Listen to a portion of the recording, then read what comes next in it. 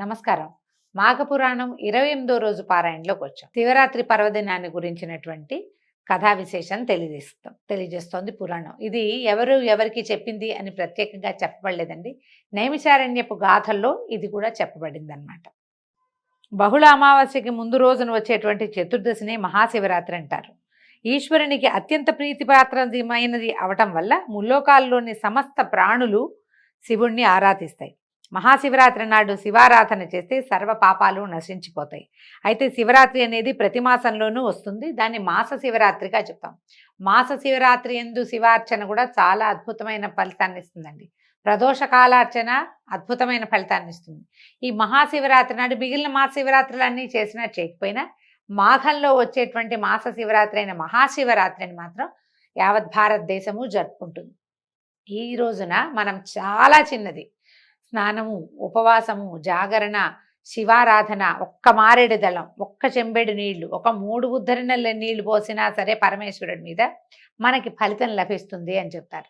ఒక్క పూట ఉపవాసం కనీసం ఇలా చేయగలిగితే అద్భుతమైన ఫలితాన్ని ఇస్తుంది. ఈ అమోఘమైన ఫలితాన్ని ఇచ్చేటువంటి మాఘంలోనే ఈ మహాద్భుత ఫలితాన్ని చూపించేటువంటి మహాశివరాత్రి కూడా రావడము మరింత విశేషంగా చెప్పుకోవాలి.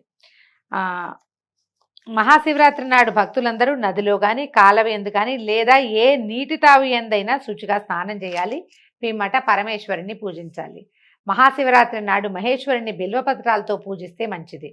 శివలింగానికి క్షీరాభిషేకము, పంచామృతాభిషేకము అలాంటివి ఏవైనా విశేషమైన పూజలు చేయాలి. అష్టోత్తర శతనామావళితో పాటు షోడశోపచార పూజ గావించాలి. ధూపదీప నైవేద్యాదులతో పూజించిన పిమ్మట శివప్రసాదాన్ని ఆరగించాలి. ప్రసాదంగా నివేదన చేసింది పనికొస్తుంది. సాధారణంగా పరమేశ్వరుడికి అన్నము, పాయసం, పులిహోర, దద్దోజనము అలాంటివి మామూలుగా పెట్టరు. ఎక్కువగా ఫలాలే నివేదన చేస్తాం. కొబ్బరి నీళ్ళు, కొబ్బరికాయలు, తర్వాత పళ్ళు అవి నివేదన చేస్తాం. కలకండ, ఎండు ఖర్జూరాలు ఇలాంటివి నివేదన చేస్తాం. శివప్రసాదాన్ని నిరభ్యంతరంగా తీసుకోవచ్చు. ఏ ప్రాంతంలో అయినా ఒకవేళ అన్నప్రసాదమే భగవంతుడికి నివేదించే పద్ధతి ఉంటే చక్కగా తీసుకోవచ్చు. ప్రసాదం తప్పులేదు.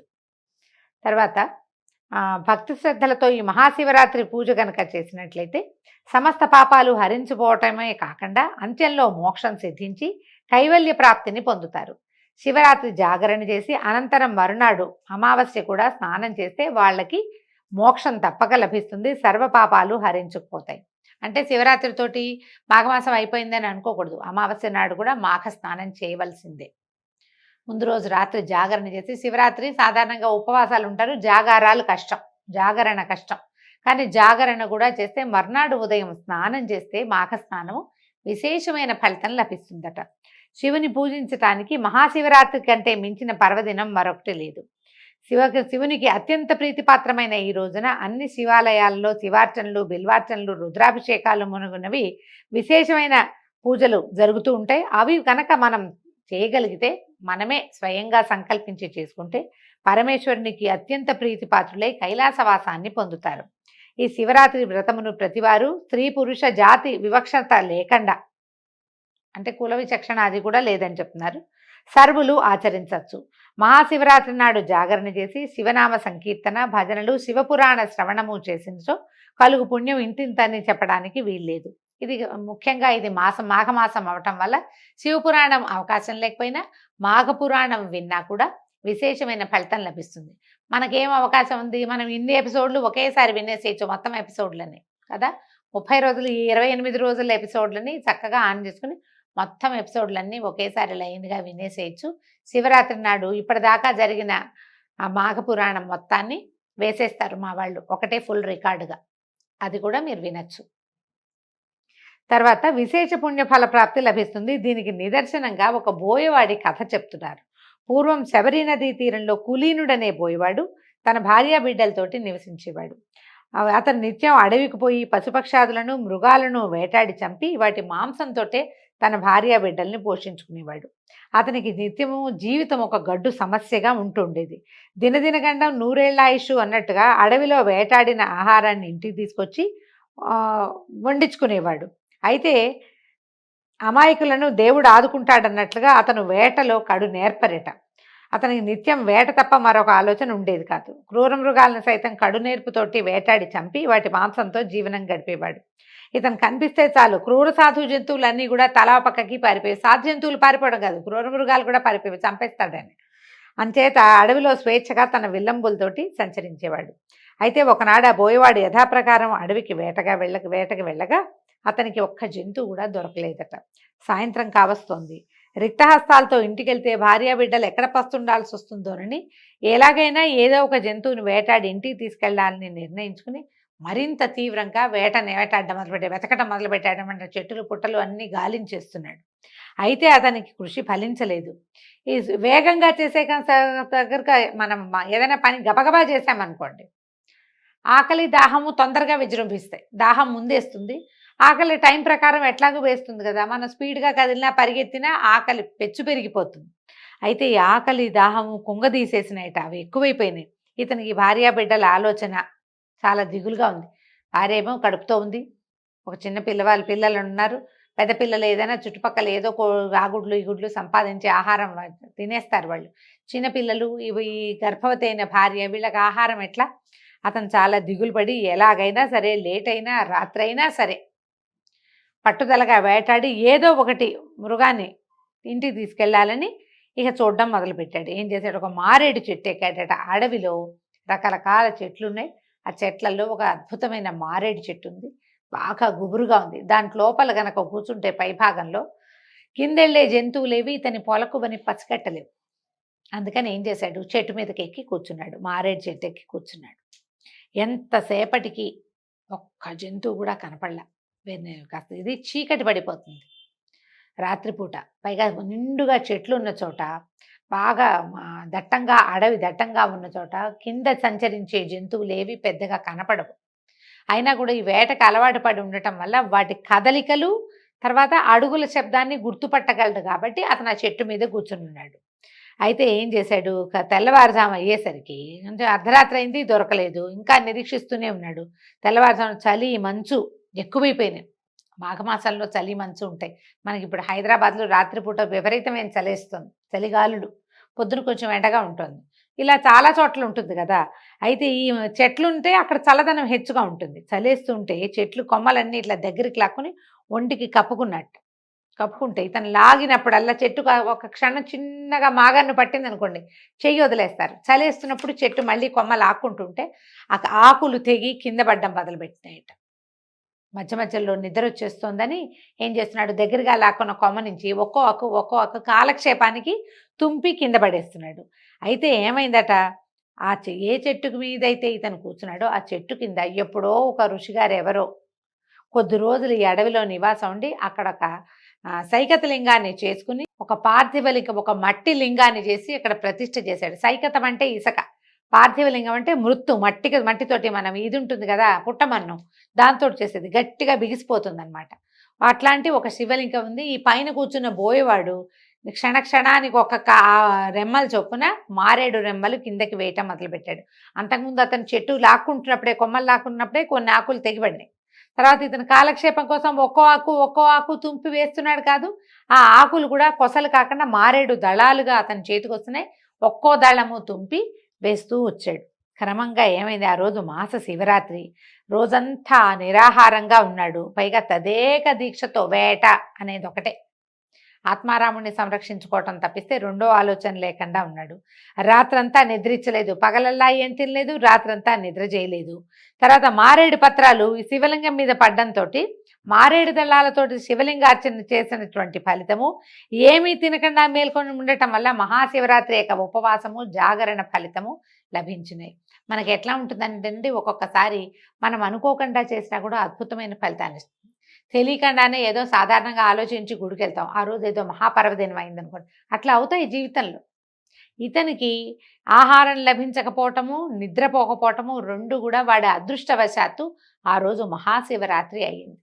శివరాత్రి నాడు జరిగేసరికల, శివరాత్రి నాడు సాధారణంగా ఏం చెప్తామండి, పూజా పునస్కారం ఏమీ లేదు, రోజంతా ఉపవాసం, రాత్రి జాగారం, కుదిరితే శివార్చన, శివనామస్మరణ.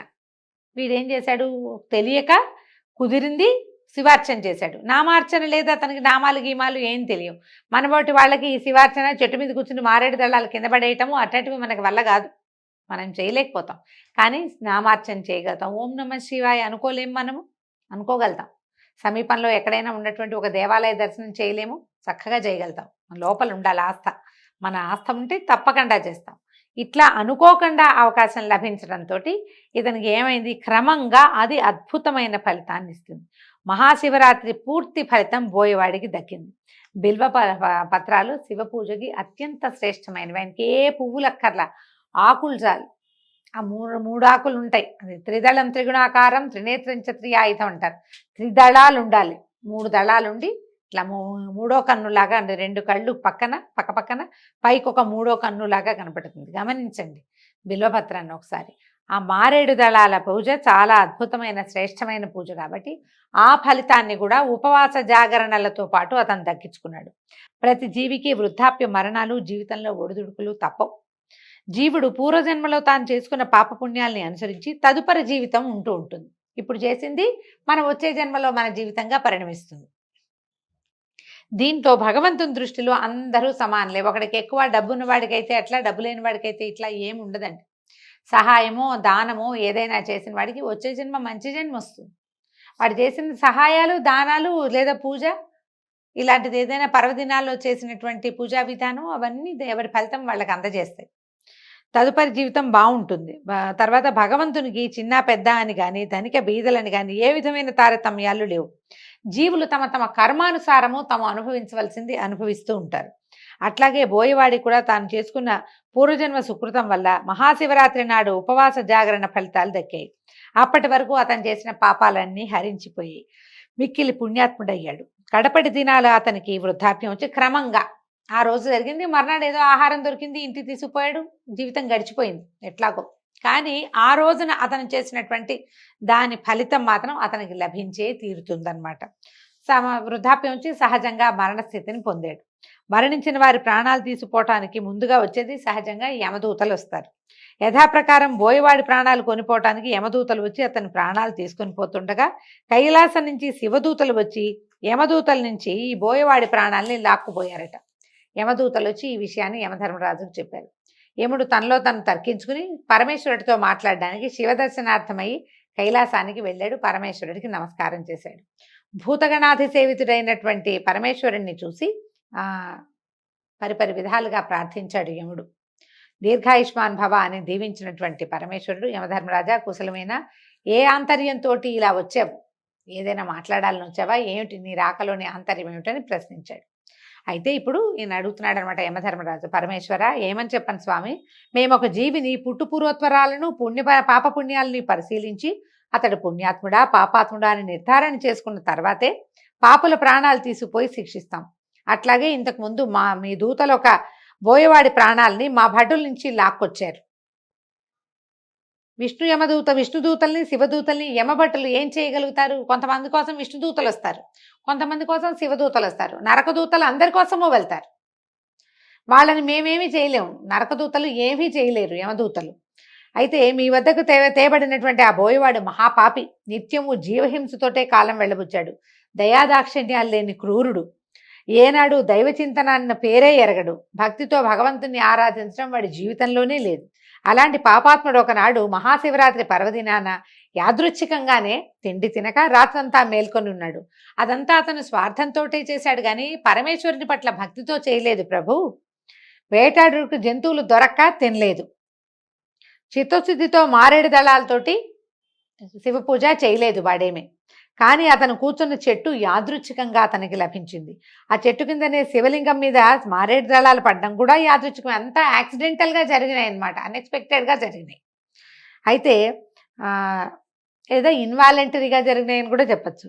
చిత్తశుద్ధితో శివుని పూజించలేదు, ఇదంతా యాదృచ్ఛికమే. అట్లాంటి కఠినాత్ముడు, క్రూరుడు, మహాపాపి, అసలు భక్తే లేనివాడైనటువంటి బోయవాడికి కైలాస ప్రాప్తి ఎట్లా వస్తుంది స్వామి? అంత మాత్రానికి వాడికి పుణ్యఫలం ఎట్లా అబ్బుతుంది? ఈ ధర్మ సందేహాన్ని తీర్చుకోవడానికే మీ దగ్గరకు వచ్చానని చెప్పాడు. అప్పుడు చిద్విలాసమూర్తి అయినటువంటి పరమేశ్వరుడు చిరునవ్వులతోటి ఇట్లా సెలవిచ్చాడట, ఓ యమధర్మరాజా, ఇదొక ధర్మ సూక్ష్మం. అగ్నిని తెలిసి ముట్టుకున్నా తెలియక ముట్టుకున్నా అంటుకొని బాధించటం మానదు. అలాగే పాపపుణ్యాలు తెలియక చేసినా తెలిసి చేసినా అంటక మానవు. కావున నాకు అత్యంత ప్రీతిపాత్రమైన శివరాత్రి నాడు ఆ బోయవారిని కారణం వల్లనే కదా బిల్వపత్రాలతో అర్చన జరిగింది. బోయవాని చిత్తం ఎట్లా ఉన్నా సరే వాడు ఉపవాసము జాగరణ చేశాడు. శివరాత్రి నాడు ఎవరు ఎట్లా లింగార్చన చేసినా కూడా పుణ్యం దక్కాలనే నియమం వల్లనే ఆ బోయవాడు కూడా సర్వపాప విముక్తుడై కైలాస ప్రాప్తికి అర్హుడయ్యాడు. కాబట్టి బోయవానికి మహాశివరాత్రి వ్రత ఫలితం దక్కింది. అందుకే అతను శివ సాయుధ్యాన్ని పొందగలుగుతున్నాడని వివరించాడు. యముడి ధర్మ సూక్ష్మతను గ్రహించాడు. బోయవాయుడు శివ సాయుధ్యాన్ని పొందటం న్యాయమని భావించి పరమేశ్వరుని వద్ద సెలవు తీసుకుని తన నిజ నివాసానికి వెళ్ళాడు. అంటే తెలిసి తెలియక కాకపోయినా తెలిసి ఎంతో కొంత ఇది శివరాత్రి ఈ రోజున పూజ చేయాలి అని భావించి ఎంతో కొంత లింగార్చన ఎవరో పూజ చేసుకుంటున్నారు, వాళ్ళకి బిల్వ దళాలు ఇవ్వండి. మన వాకిట్లో ఉంటే వాళ్ళు ఎవరైనా దళాలు కోసుకుంటుంటే చెట్టంతా తీసేస్తారని తిట్టిపోయకుండా మనం కాసిన కోసెట్టు పెట్టుకుని మిగిలిన వాళ్ళు విరిచేశారు. చెట్టు మళ్ళీ మొలుస్తుంది. భగవత్ ప్రసాదితమైనటువంటి మారేడు చెట్టు, ఆ మారేడు దళాలు భగవత్ పూజకే అంకితం అవ్వాలి. ఎవరు తినరు బిల్వ దళాలని, పూజే చేసుకుంటారు. ఈ పండగ రోజున ఎవరైనా మన వాకిట్లో పువ్వులు కోసుకున్నా బిల్వ దళాలు కోసుకున్నా ఏమీ అనకండి. 4 బిల్వ దళాలు ఉంటే చాలు మన పూజకి. ఆ బిల్వ దళాలతోటి అర్చన చేయటం. మన ఇంట్లో చిన్న శివలింగం ఉంటే మామూలుగా షోకేస్లో ఉన్నా కూడా ఈ రోజున మనం ఇంట్లో దేవుడి దగ్గర పెట్టుకోవచ్చు. రేపు మళ్ళీ షోకేస్లో పెట్టుకుందాం. దేవుడి దగ్గర పెట్టుకొని కొంచెం శుభ్రంగా కడిగి తుడిచి ఓం నమ శివాయ లాంటి మామూలు మంత్రం పంచాక్షరి మనకేం ఉపదేశం లేకపోయినా పర్వాలేదు, నమ శివాయ అని చెప్తూ మీకు శక్తి కలిగినన్ని సార్లు భగవంతునికి అభిషేకం చేసి పళ్ళు ఫలాలు ఏమైనా నివేదన చేసి అవకాశం ఉంటే ఉపవాసము, అంతకంటే అవకాశం ఉంటే జాగరణ కూడా చేస్తే అద్భుతమైన ఫలితం లభిస్తుందండి. సంవత్సరానికి ఒక్కసారి వచ్చే ఈ శివరాత్రి పర్వదినాన్ని జయప్రదంగా చక్కగా జరుపుకోండి సభక్తికంగా. దీంతో ఈరోజు పారాయణ పూర్తయిందండి. రేపు ఉదయం మళ్ళీ కలుసుకుందాం. నమస్కారం.